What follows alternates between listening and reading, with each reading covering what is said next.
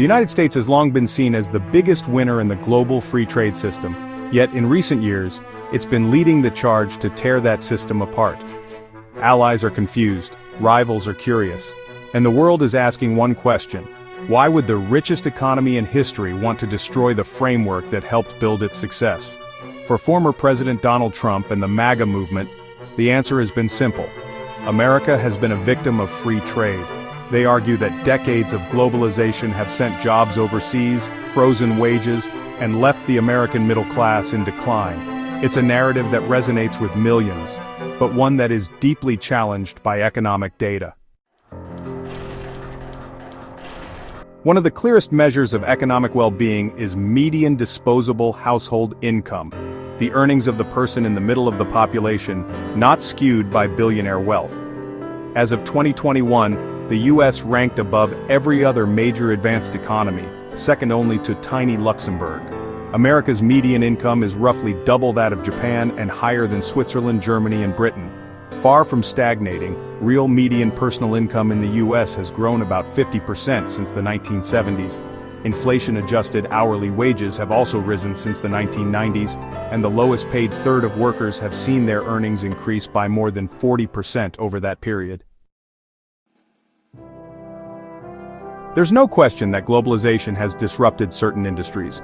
The so-called China shock, a surge in competition from Chinese manufacturing, is estimated to have cost the US around 2 million factory jobs.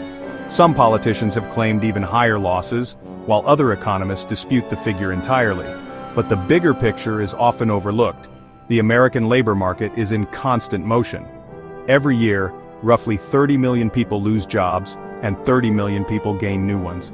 Even during the years of the China shock, the US gained a net total of more than 2 million jobs, many of them in better-paying sectors than the ones that were lost. Not all manufacturing hubs have collapsed. Flint, Michigan, often portrayed as a casualty of industrial decline, has seen the wages of its poorest workers rise by over 40% in the last 25 years. In Greensboro, North Carolina, wages have grown by more than 26%. A 2018 Brookings Institution study found that of 185 manufacturing-heavy counties in 1970, 115 successfully transitioned to new economic models and improved overall well-being. Only 14 remain significantly vulnerable today. Meanwhile, U.S. unemployment has remained near a 50-year low for more than 3 consecutive years. Economic data alone doesn't explain the political shift. A key factor is declining mobility. Americans are moving far less than they once did. Rather than relocate to find work, many stay in struggling towns and wait for opportunities to arrive. This immobility has political consequences. In the 2016 presidential election, white voters who moved more than 2 hours from their hometown tended to support Hillary Clinton. Those who stayed within that radius leaned toward Trump, and those who never moved backed him by overwhelming margins. The U.S. economy remains one of the strongest in the world, but the speed of change, driven by globalization, technological disruption, and cultural transformation, fuels a sense of loss for many Americans.